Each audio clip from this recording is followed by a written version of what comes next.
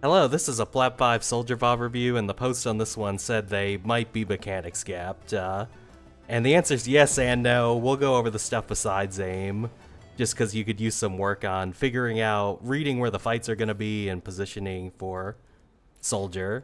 5, 4, 3, 2, 1. Objective unlocks in 30 seconds. And I did fast forward through the first few minutes and saw some things. I'm gonna wait for the other team to come up a little. So their Rhyme pushes up, your Winston jumps out. And that really says they're just pushing up, so I think you could have just stayed where you were. If we are gonna push up, maybe we could do like something like this, but this long flank is just not, because there's no reason for anyone to stand here once they start pushing the bot here. Like there's no, like the support couldn't even see anyone. So off that alone, even we have walls here, but it's still just something that you just wouldn't do based on what you saw of your Winston jumping out, them coming up, the bot starting to get pushed. Because this is going to take quite a while. Our team is already dying, and like this was open the whole time. We can at least start rocketing the corner and shooting down. Or at least be here. We can sort of be a little like off to the side, but this flank is just gonna be a little too late. And we are gonna get one. Soldiers is, you're not Sojourn or Tracer, you don't have an escape ability really. You just have a jog as your movement ability, so it's gonna get traded out. This is still, like once we got to this point, at least you went in because your team's dying, so you at least made yourself a target at the right time, but Soldier's not. He wants a mid-range fight over a medium amount of time, so he can just kind of sit there and spam his 30 shots. So we just kind of misread that. We could have still just stayed where we were. I love some dirt on it. Let's go. What's up?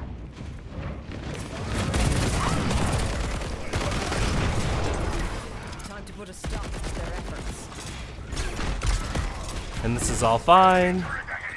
And I would have liked the play if you just come up here with your support, and then you can start like going for a Life Weaver, maybe you can get a pick. And unlike last time, once we get the pick, we can like sprint away, or healing station. Like we have the mid-range. So I think once their Rhine got forced out, like this was open, and it's a much better way to try and go for picks. Because what we're gonna do is run down in here, and sure, we're fighting and we're on the flank and it's good, but like the range again is like the issue. We're gonna get that a limb, and my Genji's kind of meh, but the one hero I can farm pretty consistently is Soldier if you get a chance to get right on him.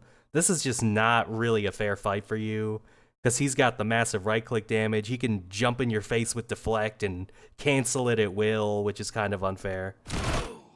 He chose to dash, but yeah, dash, right-click, melee, that's pretty much all it. He kind of misses, like he's not the greatest Genji in the world, but it's just not... There's the deflect, it's just not really a fair fight. So getting in these short-range situations, we should avoid them if we can. And I think this was open.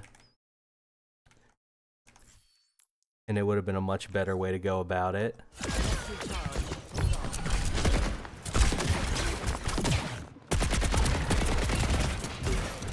So the aim's not terrible, like it could obviously use a little work. And now we're doing this, but like again, reading the fight. So now they are past this corner. They're past this area. Kind of look at the bot and decide where the fight's gonna be roughly based off that. So they're coming around this corner. Now they're all kind of lumped up here. A good mid-range spot. Well, actually, let me let you choose, because that helps people. All right, you thought about it. I think it's here. Like once the bot comes around the corner, something like here, you can go for the Freya, spam the corner, spam this. If Genji wants to get you, he's got to use a dash, like just to get close. Or you can spam him so hard he has to deflect, and then he's not really a threat to you anymore. So would be a good spot to go once the bot got more forward. We're kind of going to misread it, and now we're going to go for this play, but Now we're kind of like same issue. Now we're kind of stuck up close. Freya can kind of come in and spam us with the bolts. Genji could jump up here and get this close range. Like, he can get in without us seeing him is what I mean. So he can basically get close for free. If we're here, if he tries to get close, he's getting shot in the face. But here, where we are, well, he kind of still just stood in the street and got his deflect force. But I mean, just know it's a lot easier to get you here. And we're thinking again, like, oh, if we drop, we'll get traded again. And that's kind of the issue of these short-range fights, is that, yes, we can go for them, but then we'll be so close range that they destroy us. So this was the mid-range sort of angle you want to be on. Would make things so much easier, and then you don't have to worry about hitting these clutch shots at close range, because I think, was this the fight the Genji comes in? Okay, yeah, he waits for his deflect to come off cooldown, and now we got this awkward situation again.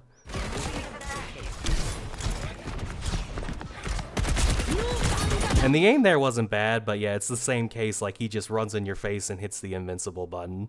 So, I mean, that's gonna help him. And yes, that is bad aim, but I hope you see, as far as the positioning part of it, how we could be doing better to not be in those situations.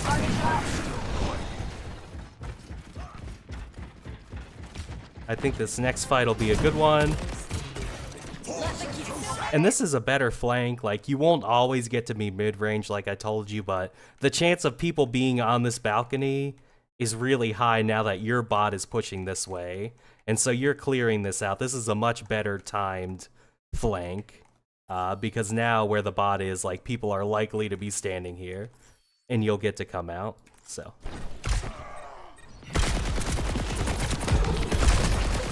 And that wasn't even bad. Like, their Rhine didn't get Lifeweaver pulled, their Freya couldn't help, so even if you missed, you're still doing a good job there.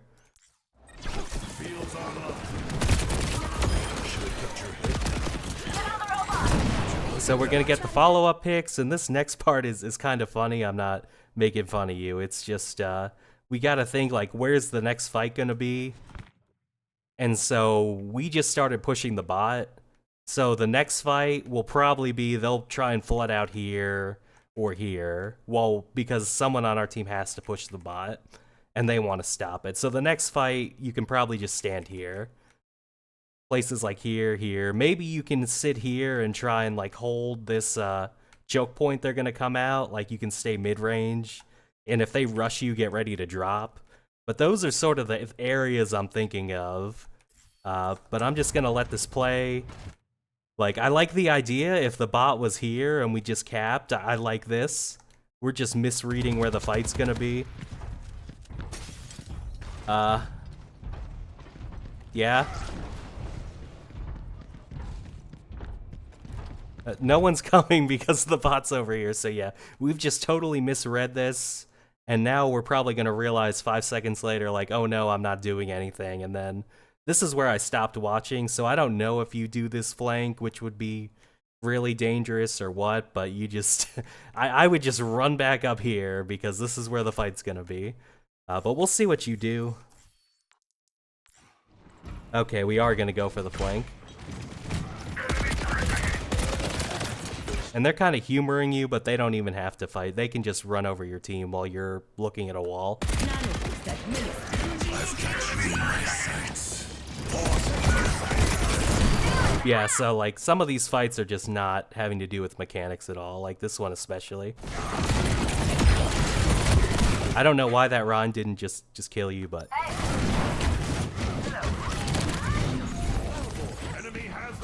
Okay, good job getting the health pack.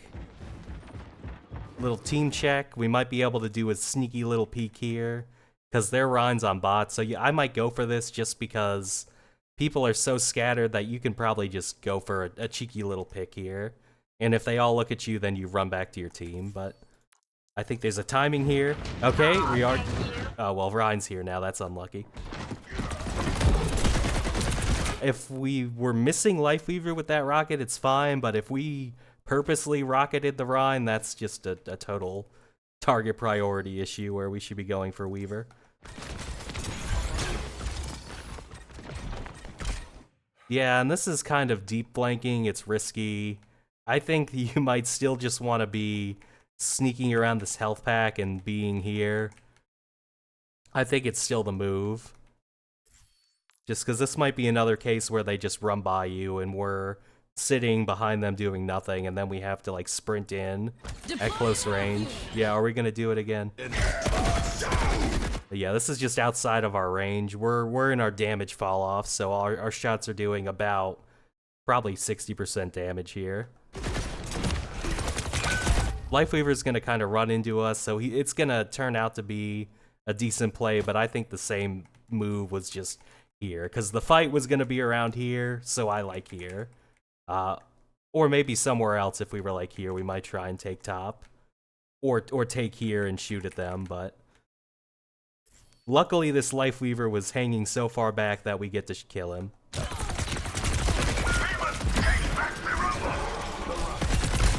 There we go. Yeah, so there's been a few moments this game where our aim is fine, but it's kind of just, once we're at mid-range and we're not having to go like, oh no, a Rhine, oh no, a Genji, then our aim can kind of settle and we get to make these aim shots. Yeah, we are kind of overcorrecting a little. You might want to just keep your crosshair still, or if they're going left, you strafe left, and then you don't have to move your crosshair at all, because if you're both moving left, then you're basically just staring at each other, going at the same speed, so you don't have to, because we were really swinging that thing back and forth there. But okay, this is fine, waste the round's time. I would have ran out this way to your team. I think you made a huge mistake going back here, because now you're cut off from your team. So we'll see if this gets you killed. Okay, here he comes in clutch. I'll try to read it.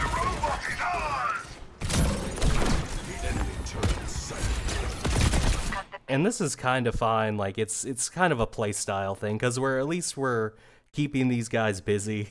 So I can't say it's necessarily wrong, but if you were just up here with your team, you all could probably just kill Rhine for free and win off that. But if you want to play super by yourself, at least you're playing at mid-range and you're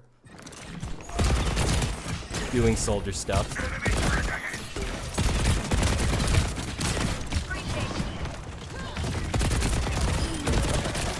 Okay, this is all good.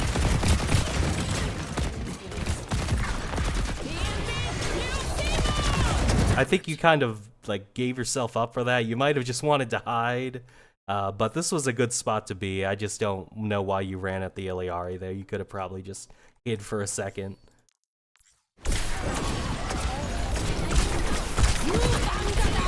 Yeah, they're ulting us. That's fine.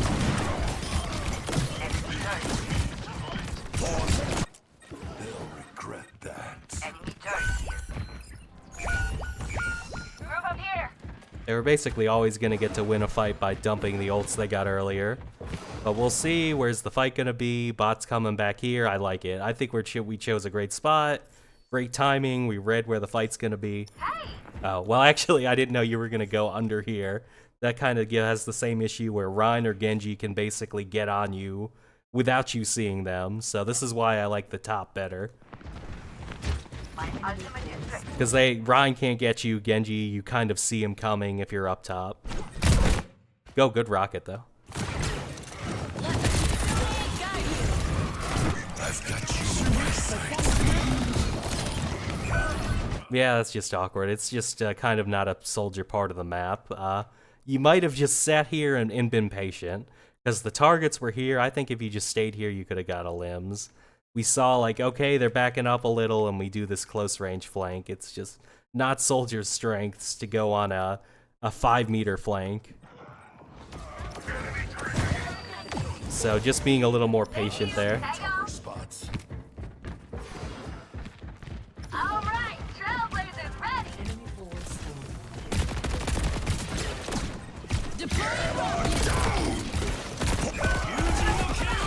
And Genji's too far. I would just see if you can pick this Lifeweaver or somebody, because, yeah, this is just out of your damage range. We can't see it. Now that we got the top, I think we can at least get some trades, but